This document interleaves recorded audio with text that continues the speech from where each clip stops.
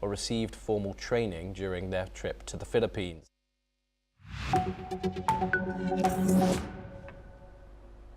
Hello and welcome. I'm Kriti Mehta and you're watching the World Report on NewsX World. Let's start with a check of the top headlines this hour. Saudi Arabia has declared the UAE-backed separatist advance in Yemen a threat to the kingdom's national security and has called Abu Dhabi's actions highly dangerous. After a power supply issue in the Channel Tunnel, a Eurostar has suspended all trains connecting London to Paris, Amsterdam and Brussels.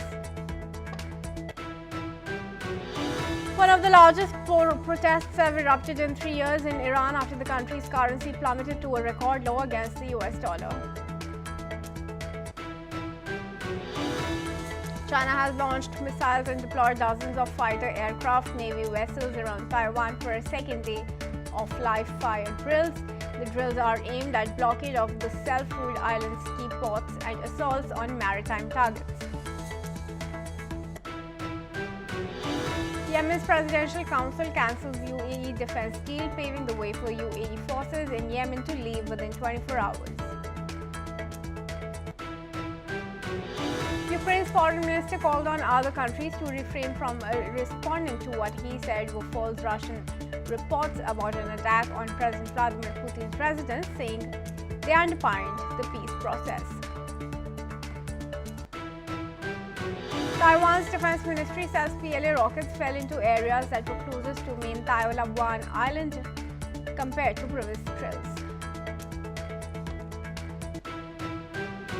Meta platforms Meta.o is buying AI startup Manus to deepen its push into agentic AI, aiming to embed the technology across its platforms as competition for next-gen AI intensifies.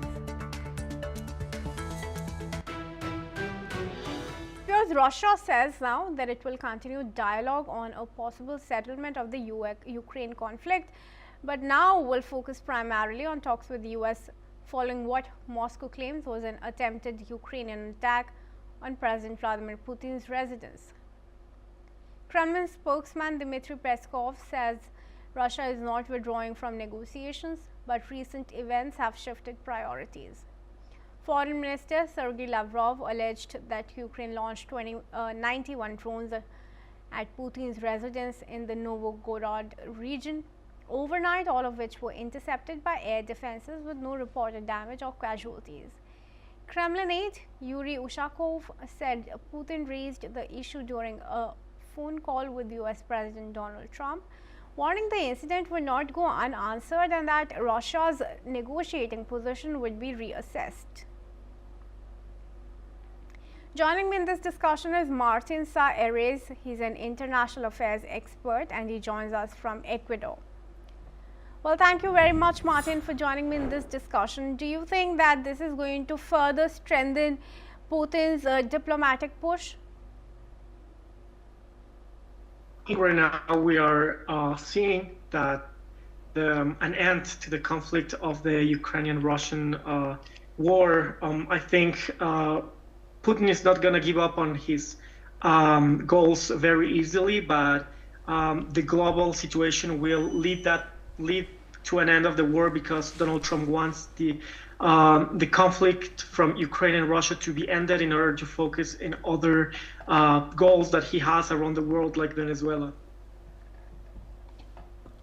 All right, Martin.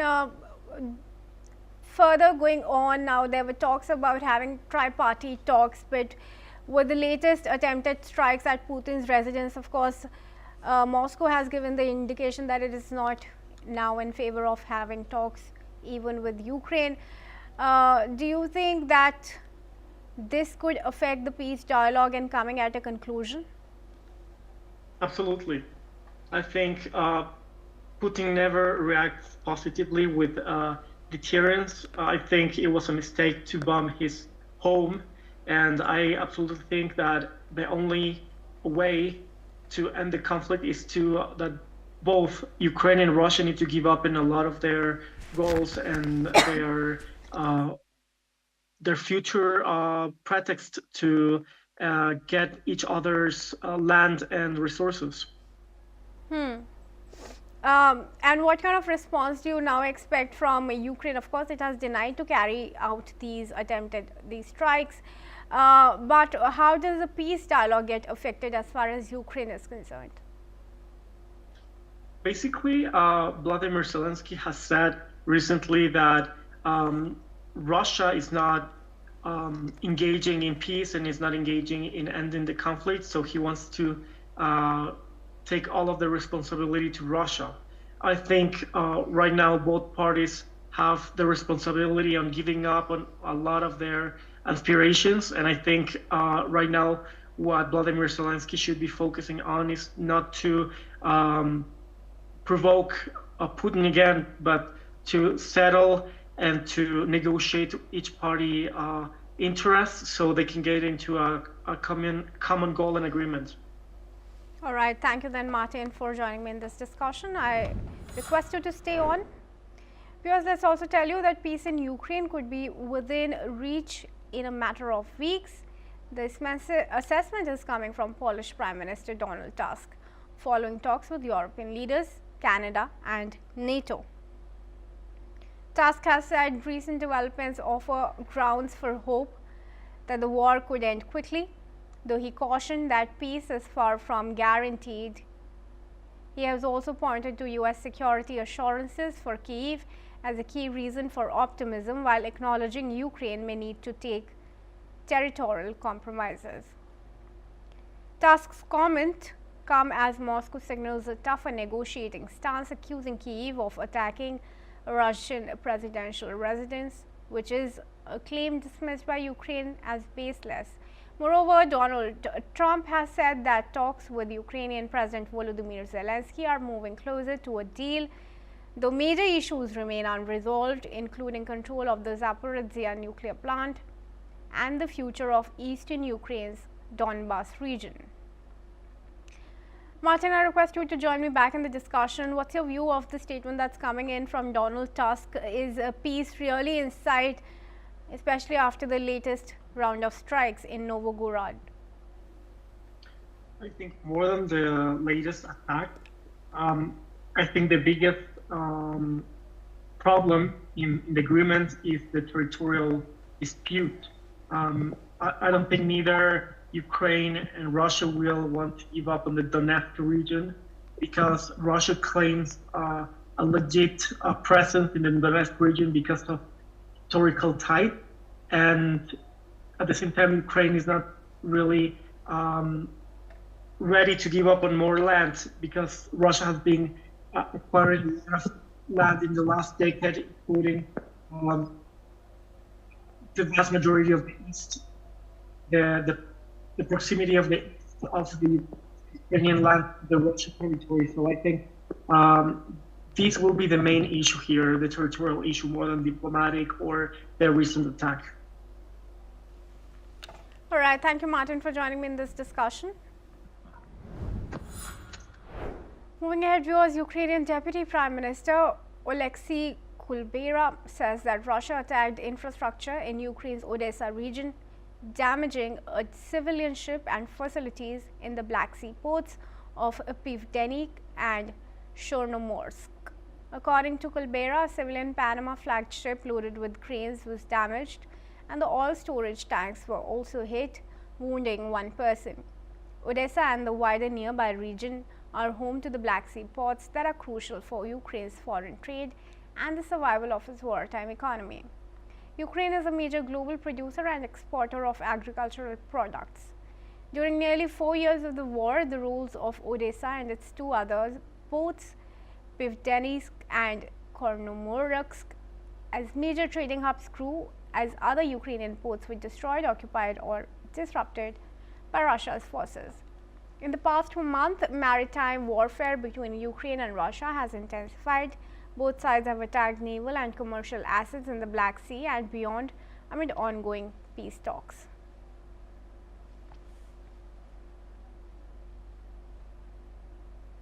Moving ahead now, the United Arab Emirates has rejected Saudi accusations that it pressured Yemen's Southern Transitional Council to carry out military operations threatening the kingdom's security. In a statement carried by state media, the UAE expressed regret over Riyadh's comments and firmly denied directing any Yemeni party to target Saudi territory.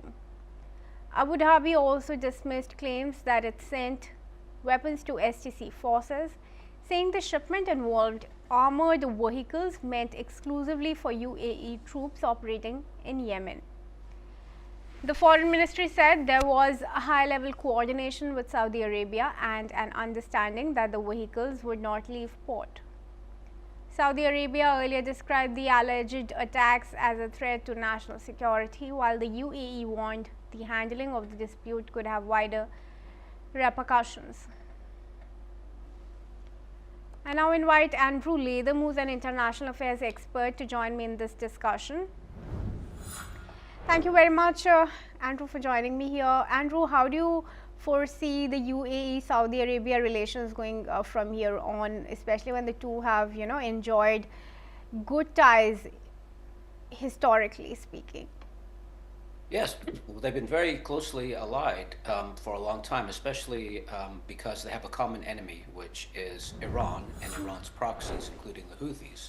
There's been a kind of Cold War ongoing in the Persian Gulf region for a long time now, and UAE and the Saudis have been on the same side. But a rift has opened up. I don't think it's terminal in the sense it's going to end the relationship, but there are tensions. But the Saudis would prefer a unified Yemen as a bulwark against the Houthis and as a bulwark, therefore, against their sponsors in Iran. Whereas the UAE government has decided that they would rather simply consolidate the southern ports and the access to the oil routes and whatnot, and are willing, it's an open secret, although they deny it, it's an open secret that the Emiratis are backing the STC because they see that's the best way to contain Iran and the Houthis. So they both, the Saudis and the Emiratis, have the same strategic goal and the same strategic interests, but they are adopting different strategies to realize and achieve those goals and interests. And that's where the rift is. Can it be managed? Probably. But in the short run, there's likely to be a fair bit of turbulence. All right, sure. And what about the question of any third-party intervention here in this conflict?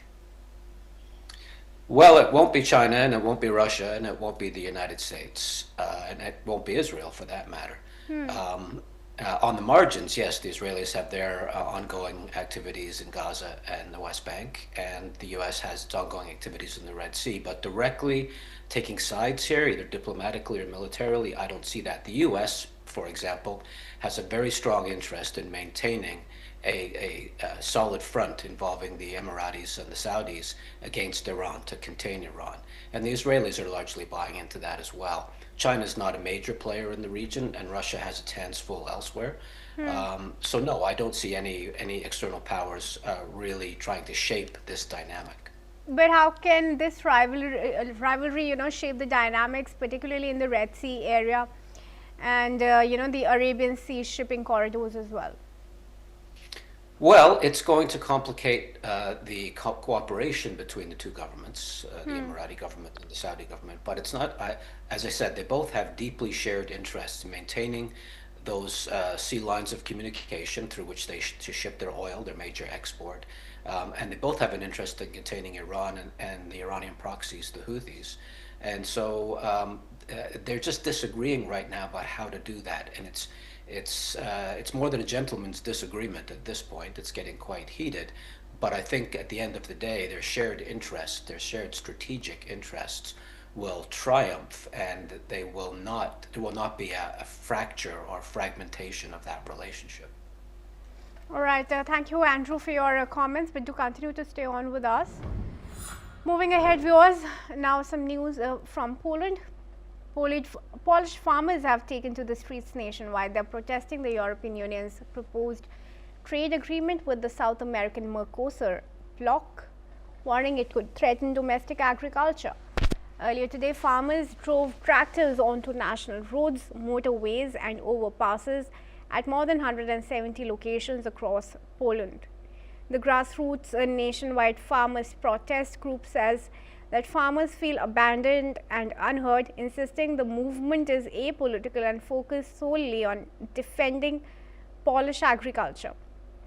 Protest leaders say their single demand is to halt the European Union Mercosur agreement, arguing that they want market protection and not subsidies.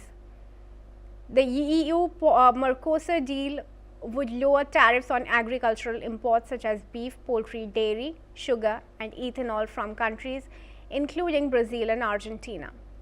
While the agreement was initially expected to be signed this month, it has been delayed amid widespread farmer protests across Europe, with a new target date now set for January.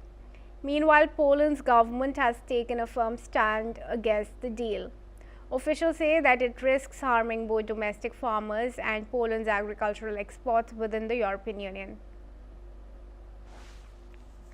I now request Andrew to join me back in the discussion here. Andrew, how is this, how is particularly the government's going to address the concerns of the farmers, not just in Poland, in France and other countries, where farmers have been protesting against the European Union Mercosur deal? Well, this is a kind of worldwide story that, and your Indian audience will appreciate this, that the agricultural, the dairy sectors are politically quite sensitive and they're economically quite important. And what the European farmers, in this case the Poles, but it spreads beyond that to the Germans and the French, etc., what they fear is a free trade deal that will allow South American, Latin American farmers to underbid them on the European market and on the world market. And it will hurt them economically. There's a political dimension to this too, in that many in Poland in particular, not just farmers, but the government, looks very suspiciously when they look towards Brussels. They think that Brussels has a kind of supra-European interest in diversifying supply chains, etc., and they're not paying attention to how this will impact average working people, especially in this case agricultural workers.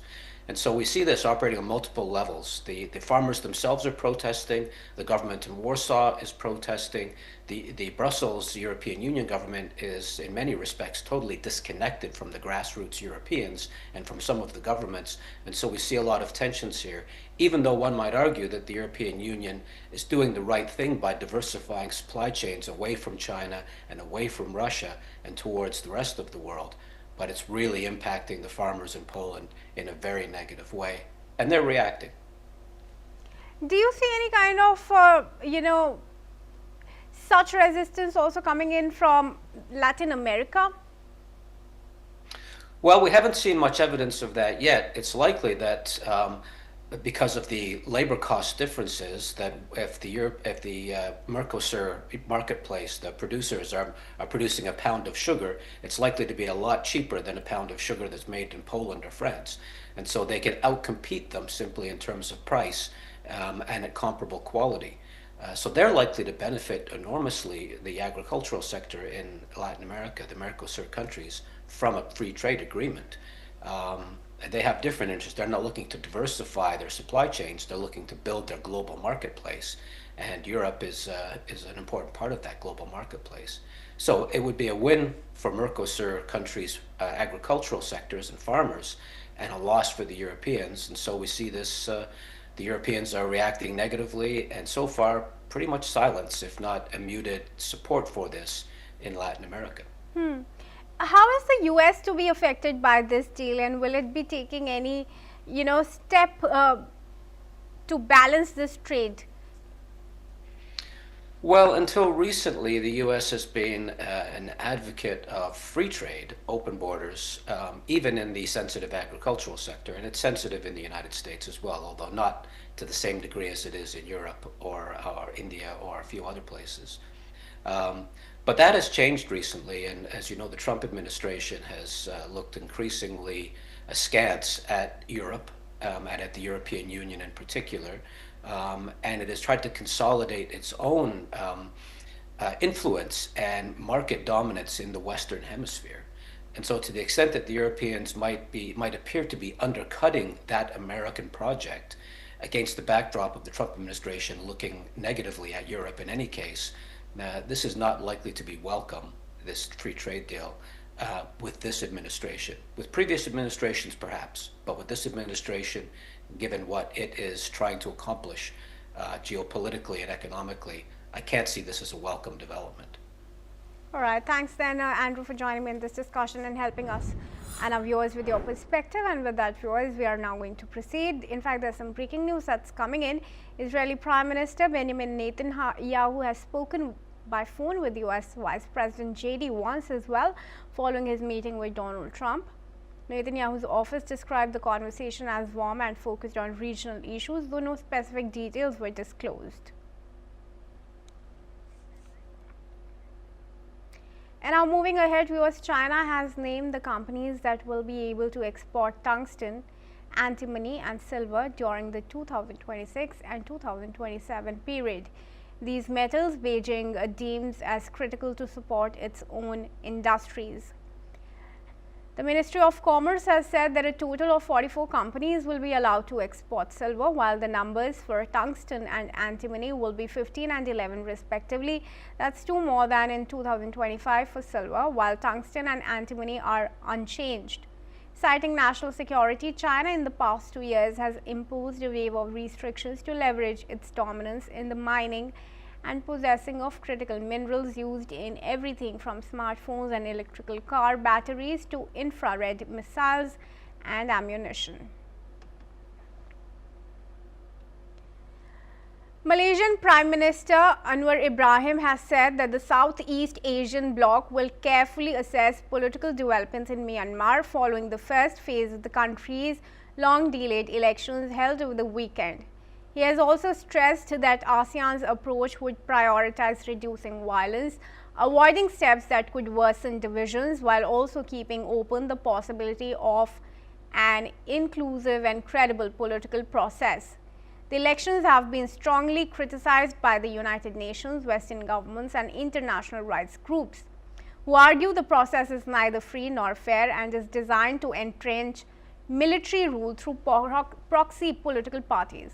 Meanwhile, Myanmar's ruling junta has rejected those accusations, insisting that the vote is not being carried out through force or coercion, and further claiming that it enjoys public support. Myanmar remains gripped by a brutal civil war and a deepening humanitarian crisis as polling continues in multiple phases. Myanmar has remained in a turmoil since the military overthrew an elected civilian government in a 2021 coup, sparking an armed uprising that has since seen resistance forces seize large parts of the country. Moving further, Bangladesh's chief advisor Mohammad Yunus has expressed deep sorrow over the death of former Prime Minister Begum Khaleda Zia, saying the nation has lost a great guardian. The BNP chairperson and two-time Prime Minister died at the age of 80 after a prolonged illness while undergoing treatment in Dhaka. Further condoling her death, Yunus said that with Khaleda's death, the country has lost an experienced and proven stateswoman. The government had declared her a VVIP of the state earlier this month. The chief advisor stated that her role in establishing democracy and a multi-party political culture will be remembered forever. Let's listen into what Yunus said in his message. প্রিয় দেশবাসী, আসসালামু আলাইকুম। আজ আমাদের পুরো জাতি গভীর শোক ও বেদনায় নিস্তব্ধ। দেশের গণতান্ত্রিক রাজনীতির শীর্ষ নেত্রী, সাবেক প্রধানমন্ত্রী ও বিএনপি চেয়ারপারসন বেগম খালেদা জিয়া আর আমাদের মাঝে নেই। বেগম খালেদা জিয়ার ইন্তেকালে আমরা গভীরভাবে শোকাহত ও মর্মাহত। তার মৃত্যুতে জাতি এক মহান অভিভাবককে হারিয়েছে। এই গভীর শোকের মুহূর্তে আমি তার পরিবারের সদস্যবৃন্দ, রাজনৈতিক সহকর্মী এবং অগণিত কর্মী সমর্থকদের প্রতি সমগ্র জাতির পক্ষ থেকে আন্তরিক সমবেদনা জানাচ্ছি। বেগম খালেদা জিয়া ছিলেন বাংলাদেশের রাজনীতিতে এক পরম মহিমান্বিত ব্যক্তিত্ব। গণতন্ত্র, বহুদলীয় রাজনৈতিক সংস্কৃতি এবং জনগণের অধিকার প্রতিষ্ঠার সংগ্রামে তার অসামান্য ভূমিকা ইতিহাসে অম্লান হয়ে থাকবে। স্বৈরাচার ও ফ্যাসিবাদের বিরুদ্ধে তার আপসহীন নেতৃত্ব বারবার জাতিকে গণতন্ত্রহীন পরিস্থিতি থেকে উত্তরণের পথ দেখিয়েছে। এবং মুক্তির প্রেরণা জুগিয়েছে। And Turkish police have detained 357 suspects in a nationwide operation against Islamic State, a day after 3 police officers and 6 militants were killed in a gunfight in northwest Turkey. Turkish Interior Minister Ali Yerlikaya says that authorities carried out raids in 21 provinces across the country after police clashed with the militants in an 8-hour siege at a house in the town of Yalova on the Sea of Marmara coast, south of Istanbul, a week after more than 100 suspected IS members were detained in connection with alleged plans to carry out Christmas and New Year attacks. According to reports, 8 police officers and security force members were wounded in the raid on that property, which was one of more than 100 addresses targeted.